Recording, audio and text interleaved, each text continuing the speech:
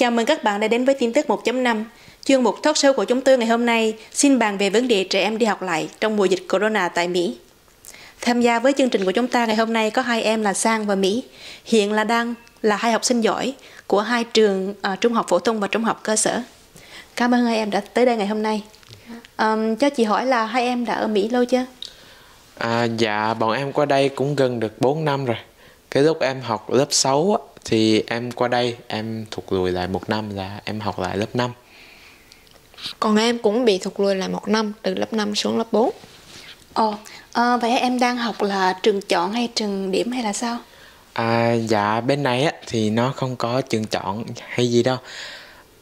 Mình ở chỗ nào thì nhà nước sẽ sắp xếp trường chỗ gần mình để mà mình đi cho tiện. Và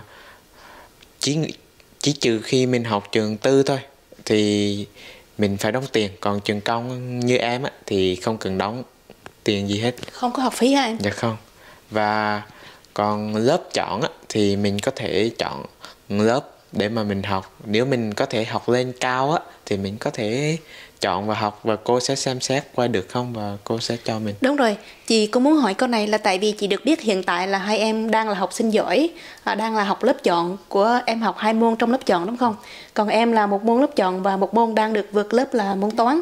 Vậy chắc là hai em đang học hành rất là vất vả và cực khổ để đạt được cái thành công nho nhỏ đó của mình đúng không? Dạ, cũng không phải là vậy đâu chị. Bên này á, thì nó học rất dễ. Còn bên Việt Nam á, thì cái chương trình của nó rất là mệt và rất là khó cho học sinh. Bên này cho ví dụ là bên Việt Nam cái lúc em học lớp 5 á, thì em học chương trình toán tìm x. Nhưng qua đây tới tận lớp 8 em mới bắt đầu học chương trình toán tìm x.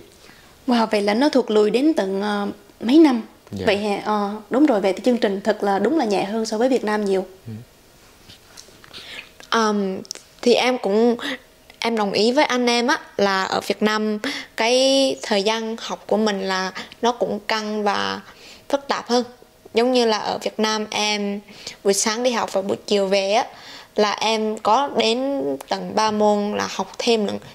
Có mấy ngày á là học kèm, đó là từ đầu tuần tới cuối tuần luôn. Nhưng mà ở bên Mỹ á, cái thời gian học và học của mình á là nó nhẹ hơn hay? nó nhẹ hơn. Dạ đúng rồi, là đi học buổi sáng và buổi chiều về á, là mình không có học thêm hay là học kèm gì hết, và cô cũng không có nhu cầu để dạy mình sau trường. Vậy là lúc mình đi học về là chỉ có làm bài tập và tự làm vào vậy thôi à? Mỗi lần em làm bài tập á, thì nó tầm vào khoảng 30 phút.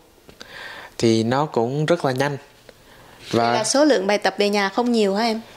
Dạ cũng không nhiều đâu, nó rất là ít. Em nghĩ bạn nào của em thì cũng làm bài tập tầm vào thời gian đó thôi. Vậy thời gian mình rảnh sau khi đi học về thì mình làm gì hả em? Và có những buổi á, thì em ở lại sau giờ học để em tham gia vào các câu lạc bộ ở trường. Như là năm ngoái á, em tham gia vào câu lạc bộ engineer là kỹ sư.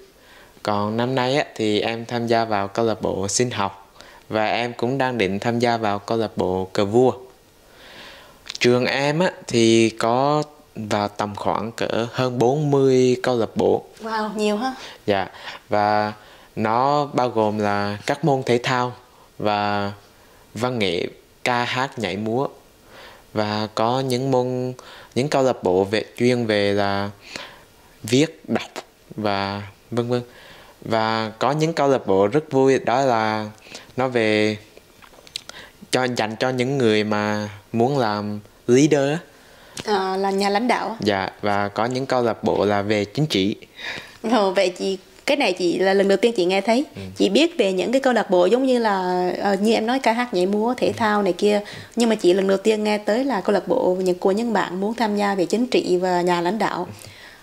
Vậy em bị bắt buộc phải tham gia bao nhiêu câu lạc bộ hả em? Cái này thì tùy vào mình thôi. Nếu mình có thời gian thì mình tham gia. Còn vậy là không bắt buộc. Không bắt buộc. Mình cũng có thể là tự tạo cho mình một câu lạc bộ riêng như vậy hả? Cái này thật là thú vị. Giống như là nếu mình quan tâm tới vấn đề nào mình có thể tự tạo cái câu lạc bộ của mình. Dạ đúng rồi. Rất là vậy cái đó rất là thú vị ha. Vậy còn những cái điểm nào mà khác biệt giữa việc đi học ở Việt Nam và Mỹ không? Theo em nhớ cái này á thì lúc khi em từ Việt Nam qua thì em thấy hơi lạ một chút, nhưng bây giờ thì em quen rồi. Đó là mỗi cô á thì sẽ có một lớp riêng và học sinh sẽ đi tới lớp cô đó để mà học. Không như Việt Nam là cô giáo đi tới lớp để dạy học sinh. Ồ, vậy là bên này á, là học trò đi tìm cô, Dạ. chứ không phải là cô đi tìm học trò. Dạ. Vậy họ cho mình bao nhiêu phút để đi giữa các lớp học em? 5 phút giữa các lớp học. Để trong 5 phút đó thì em hay đi nói chuyện với bạn và đi vệ sinh. Dạ. Dạ, vậy cũng giúp cái đầu óc của mình được thư thả một chút xíu để dạ. tiếp tục học môn khác. Dạ. Cái mà em thấy lạ là ở Việt Nam là đi học là một ngày em mang mười mấy cuốn sách và vở, làm cho cái lưng mình rất là nặng. Nhưng mà ở bên Mỹ á, một ngày em đi học em mang cắm 2 cuốn vở à. Vậy không mang sách thì làm sao học em? Nhà trường đưa cho mỗi học sinh là một cái laptop riêng, thì mình có quyền dùng sao thì mình dùng, nhưng mà mình phải bảo quản. Dạ. Vậy còn việc đi học bằng xe bus vàng thì sao? Đúng rồi, là cái đi xe bus này á là nó tập cho mình cái tính tự lập rất là cao.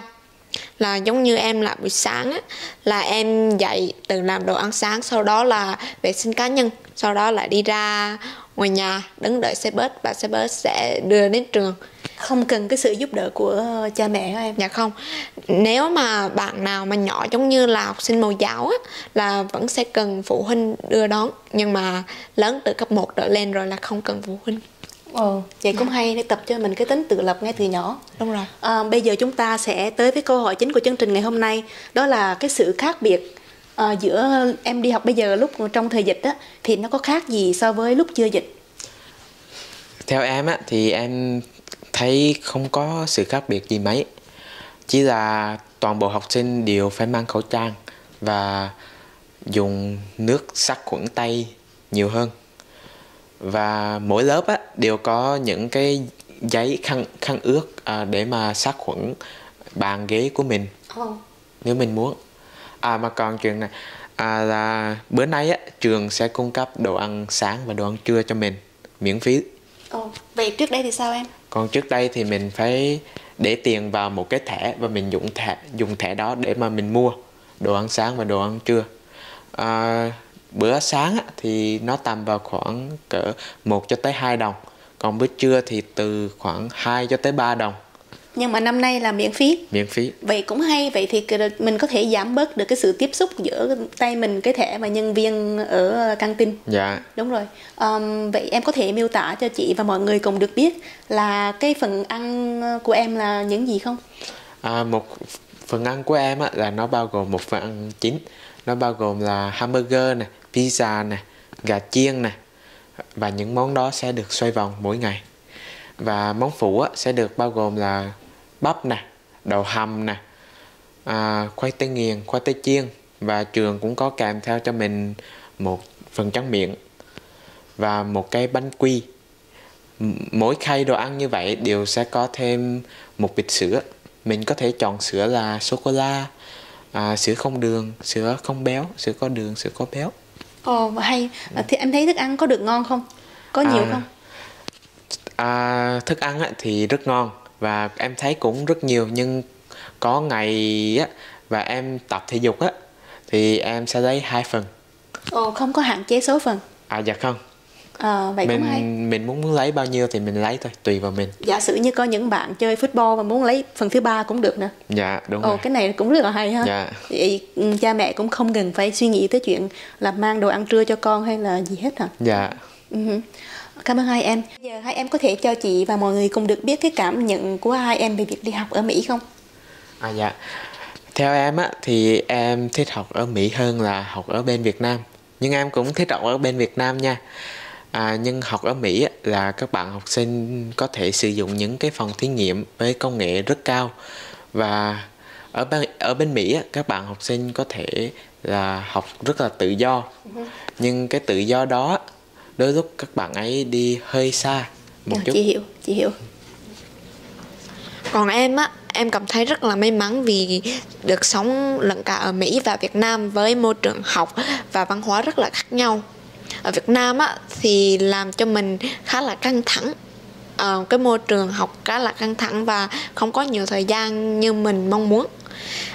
Nhưng mà ở bên Mỹ á em lại thích hơn, vì sau khi học á lại có nhiều thời gian nhiều thời gian rảnh cho mình làm những thứ mà mình yêu thích và ít việc tập về nhà. Sau khi đi học về có nhiều thời gian rảnh như thế thì em thích là làm bánh và chơi cầu lông và làm những video YouTube như thế này. Vâng, xin cảm ơn hai em. Cảm ơn hai em đã chia sẻ rất là thành thực về cái trải nghiệm của mình về việc học ở Mỹ. Cảm ơn quý vị đã theo dõi chương trình. Xin chúc quý vị một ngày thật vui vẻ và chúc quý vị sức khỏe. Xin hẹn quý vị vào lần tới.